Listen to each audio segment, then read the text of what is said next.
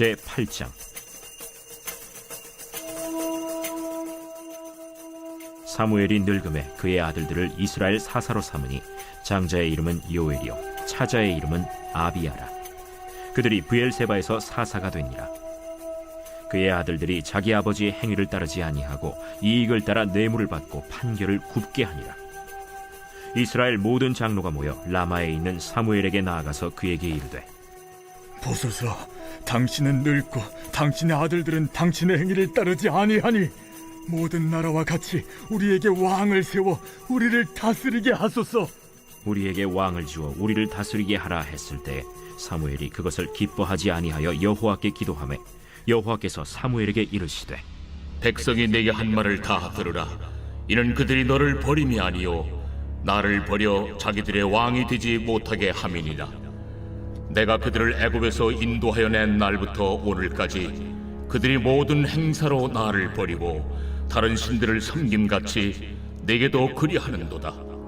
그러므로 그들의 말을 듣되 너는 그들에게 엄히 경고하고 그들을 다스릴 왕의 제도를 가르치라. 사무엘이 왕을 요구하는 백성에게 여호와의 모든 말씀을 말하여 이르되, 너희를 다스릴 왕의 제도는 이러하니라. 그가 너희 아들들을 데려다가 그의 병거와 말을 어거하게 하리니 그들이 그 병거 앞에서 달릴 것이며 그가 또 너희 아들들을 천부장과 50부장을 삼을 것이며 자기 밭을 갈게 하고 자기 추수를 하게 할 것이며 자기 모기와 병거의 장비도 만들게 할 것이며 그가 또 너희의 딸들을 데려다가 향료 만드는 자와 요리하는 자와 떡 굽는 자로 삼을 것이며 그가 또 너희의 밭과 포도원과 감람원에서 제일 좋은 것을 가져다가 자기 신하들에게 줄 것이며 그가 또 너희의 곡식과 포도원 소산의 11조를 거두어 자기의 관리와 신하에게 줄 것이며 그가 또 너희의 노비와 가장 아름다운 소년과 나귀들을 끌어다가 자기 일을 시킬 것이며 너희의 양떼 10분의 1을 거두어 가리니 너희가 그의 종이 될 것이라. 그날에 너희는 너희가 택한 왕으로 말미암아 부르짖되 그날에 여호와께서 너희에게 응답하지 아니하시리라. 백성이 사무엘의 말 듣기를 거절하여 이르되, 아니로소이다. 우리도 우리 왕이 있어야 하리니 우리도 다른 나라들 같이 되어 우리의 왕이 우리를 다스리며 우리 앞에 나가서 우리의 싸움을 싸워야 할 것이니이다. 사무엘이 백성의 말을 다 듣고 여호와께 아뢰매 여호와께서 사무엘에게 이르시되, 그들의 말을 들어 왕을 세우라. 사무엘이 이스라엘 사람들에게 이르되, 너희는 각기 성읍으로 돌아가라 하니라. 오늘의 말씀 사무엘상 8장의 말씀입니다. 사무엘상 8장에 기록된 사건들은 전 장인 에벤에셀의 승리 이후 20년 정도가 지난 후였습니다. 안타깝게도 에벤에셀 이후의 모습을 보니 3절의 말씀에서 그 상황에 대해 볼 수 있듯이 사무엘의 자녀들이 마치 엘리의 사악한 아들들과 흡사한 모습을 이루고 있음을 볼 수 있습니다. 다시 과거의 치욕적인 삶으로 법궤를 잃어버리고 하나님이 아닌 우상을 섬기게 되는 안타까운 상황에 놓여 있게 된 것입니다. 그리고 그들은 오히려 이 상황에 대해 회개하기는커녕 6절 말씀을 통해 이렇게 말하고 있습니다. 우리에게 왕을 주어 우리를 다스리게 하라. 하나님이 자신들을 다스리게 하는 것이 아니라 인간의 왕을 달라라고 말하는 겁니다. 계속해서 이스라엘 백성들은 죄가 죄인 줄 모르고 하나님을 더욱더 거부하는 길로 가고 있는 것입니다. 이에 대해서 사무엘 선지자는 실망감과 회의감에 빠져 마음이 상할 대로 상하게 되고 하나님을 거부하는 백성들을 보면서 안타까운 마음으로 여호와께 기도를 하게 됩니다.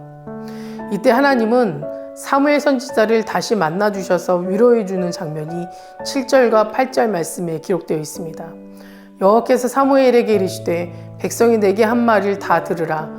이는 그들이 너를 버림이 아니요 나를 버려 자신들의 왕이 되지 못하게 함이니라. 내가 그들을 애굽에서 인도해낸 날로부터 오늘까지 그들이 모든 행사로 나를 버리고 다른 신들을 섬김같이 내게도 그리하는도다. 하나님은 이스라엘 백성들이 하나님을 계속 거부하는 가운데 하나님의 고통을 공유하며 실망감과 거부감에 빠져있는 사무엘을 위로하셨습니다. 이것이 하나님의 은혜가 아닐까요?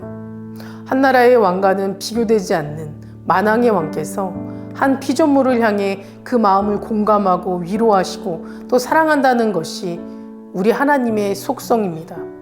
인격적인 하나님께서는 우리를 날마다 위로하시고 사랑하시고 품어주시는 국률의 하나님이시라는 겁니다.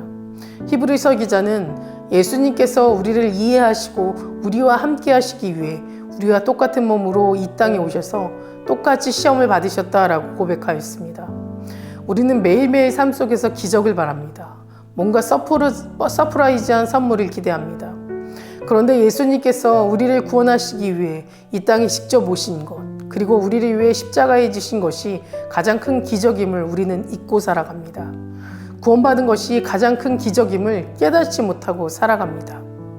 여러분, 하나님이 우리를 사랑하는 이유는 그 어떠함 때문이 아니라 우리를 사랑하지 않고는 견디지 못하기 때문입니다. 여러분들을 구원하지 않고는 견딜 수 없는 마음에 우리 예수님께서 이 땅에 찾아오셔서 십자가 위에서 물과 피를 다 쏟으시며 우리를 향한 사랑을 확증하시는 것입니다.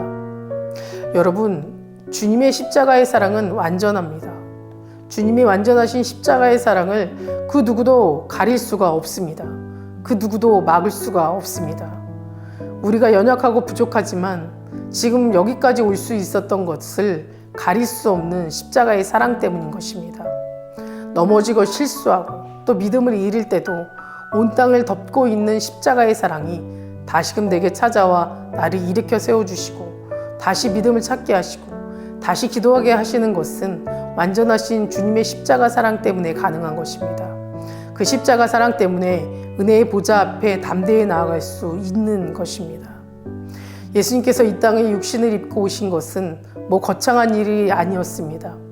우리 인간들처럼 그저 삶을 함께 나누었습니다. 경험을 나누었습니다. 하지만 전혀 다른 차원의 나눔이었습니다.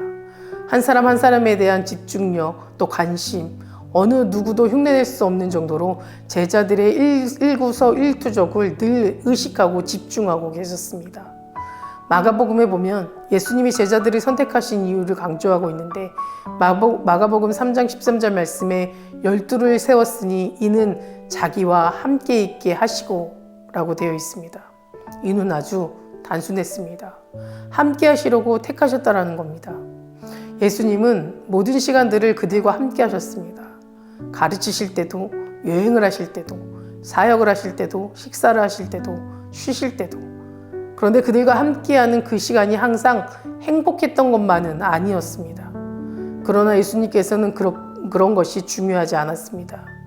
그저 함께 있는 것이 예수님께는 더 소중했고 3년이라는 수많은 시간들을 통해 그들과 함께하면서 하나님을 바라보게 하셨습니다. 예수님이 제자들과 함께 가장 많이 한 일은 함께 걷는 일이었습니다. 예수님은 제자들에게 내게 순종하라 라고 말씀하지 않으셨고 나를 따라오라 라고 부르셨습니다.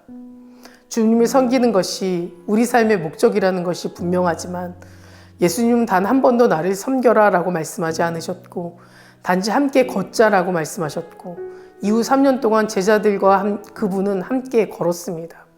그리고 그들과 함께 먹었고 함께 배웠고 함께 섬겼고 함께 쉬었습니다.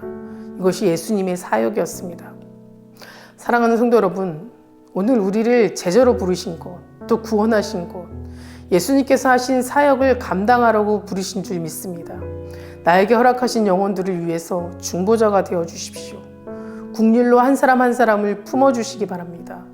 그들과 함께 주님의 사랑을 나누며 더욱 풍성한 관계로 나아가는 저 여러분 되시기를 간절히 소망합니다. 다 같이 기도하시겠습니다. 오늘은 화요일입니다. 화요일의 공동기도 제목은 교회를 위해서 함께 기도해 주시기 바랍니다. 먼저 교회의 부흥과 영적 회복을 위해서 또 이 땅의 교회가 복음으로 돌아갈 수 있도록 선교와 전도의 문이 더욱 활짝 열릴 수 있도록 기도해 주시기 바랍니다.